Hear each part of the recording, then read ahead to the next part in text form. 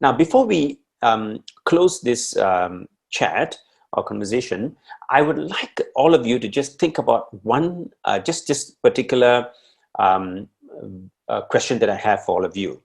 Now, if you were to imagine that in Singapore, imagining that Singapore has achieved a state where we celebrate diversity from a spiritual perspective, of course. All right, from a spiritual perspective, if we were to achieve the goal of achieving the state where we celebrate diversity like no other, how would it look like? How would it feel like for you personally? Now, take a minute to think of that image or think of that experience and just share with all of us and also our viewers as to how would it look like and how would it feel like in just a sentence or two if you were to achieve it. All right, take a minute. When you're ready, just unmute yourself and then share.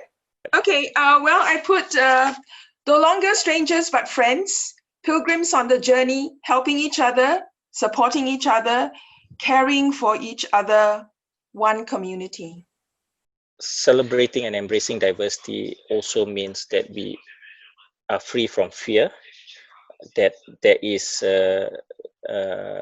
freedom of religion to practice and believe in our religious views with our full conscience, without coercion and without being constricted by whatever definitions that is imposed from the outside. I think that is the nature of religion, that is deeply personal. It's our relationship to the divine that what matters. And that is what embracing diversity in all its form, in all its manifestations of the faith means to me in our society. Thank you, Imran. Waikit? Yeah. Okay, I'd say that we would know we've achieved our goals when we can celebrate diversity not just during Racial Harmony Day in schools, when we can truly welcome the outsiders in our midst, and we can recognize that orthopraxy is about practice rather than orthodoxy, which is just about belief. And this is when we know this is what equity truly looks like. Thanks, Waikit. Nelvinder and then Deva. It will be the biggest blessing because we can speak and not be judged. Because in this context these days, we all feel we are being judged. Thank you, Nell. I'm waiting for the day, that each of us can freely walk into a temple, church, or mosque, hear the sermons, hear the prayers beautifully, and accept it as this is a gift from the universe, from God, and there's no discrimination between that. Yeah, that's. Thank you, Deva. All right, now with that great vision, I would like to just request that I would like to request if you would like to share, you can share this, because this event is in conjunction with the commemoration of the 1995 milk miracle that is attributed to Lord Ganesha. So I would like to hear from any one of you if you would like to share an encounter with the vision or an experience with Ganesha of any kind. If there is anything that you would like to share, this is not that every one of you would have to do that. If you have one, please feel free to share.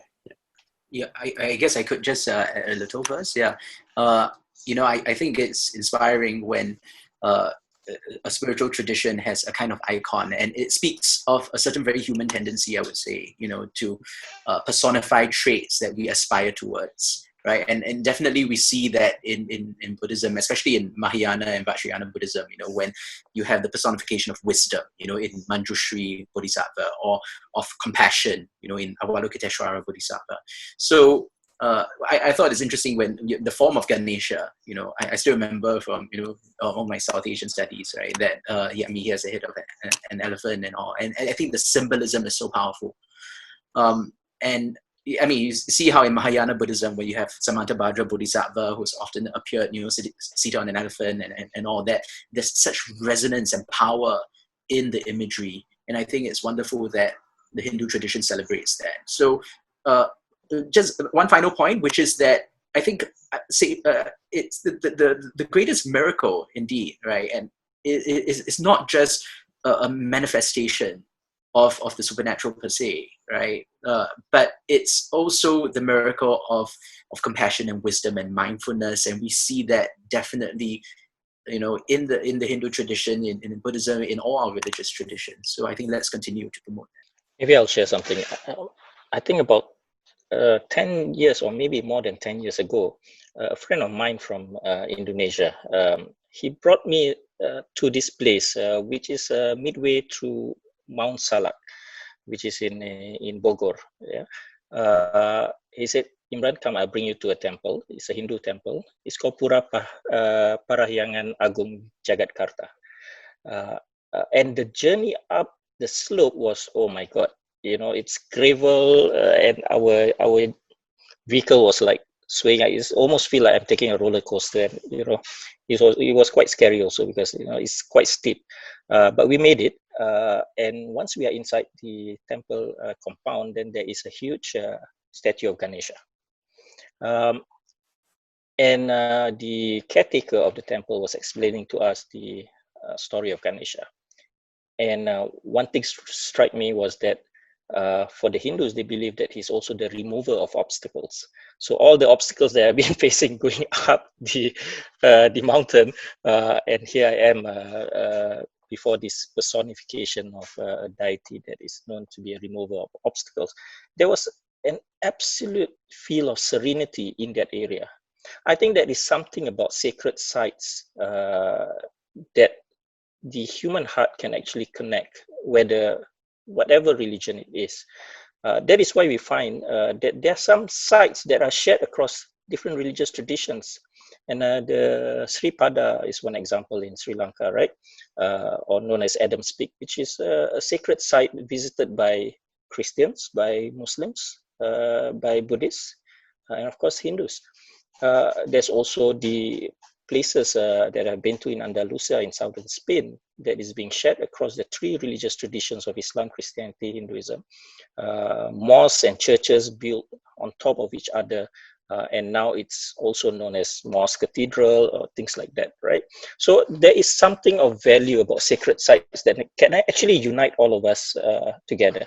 And as I reflect on Ganesha, I think there's one aspect that we all should pay attention to, that Ganesha is also a personification or representation of wisdom. And I think wisdom is the very basis of religion. Religion comes to enlighten us and to provide that wisdom in our heart and to connect us to the divine. So in that sense, I'm very appreciative of learning much about Ganesha through friends, through Hindu friends, and through some of my readings. And I hope this kind of conversation can also put us on the path of wisdom.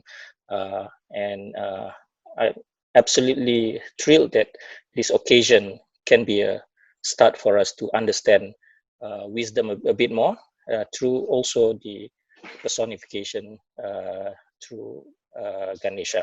And maybe that is what is needed in today's world, ridden with conflicts and tensions and the rejection of diversity. Thank you so much for this opportunity.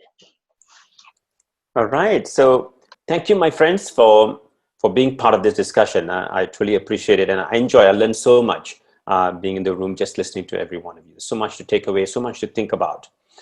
With that, I would like to thank every one of you, Imran, Waikid, Guad, Nelvinda, Deva, and Master Wayu, who had to leave because of an emergency. Now, thank you very much for participating in this conversation. It's a first for us, and it's not going to be the last one. We're going to have more of this. I think it's so much of wisdom that we have discussed in this room.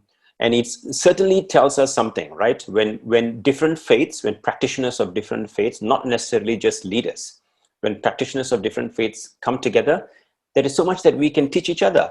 And just merely in this room, sharing with each other the life experiences and the way that we look at wisdom from each of our faith traditions, that there is so much that we can bring to the world, especially that this video is going to be on YouTube so that many others could also enjoy the conversations that we had today. With that, On behalf of the Hindu Hub, I would like to thank each and every one of you for being in the room and contributing so selflessly. Thank you very much, my friends.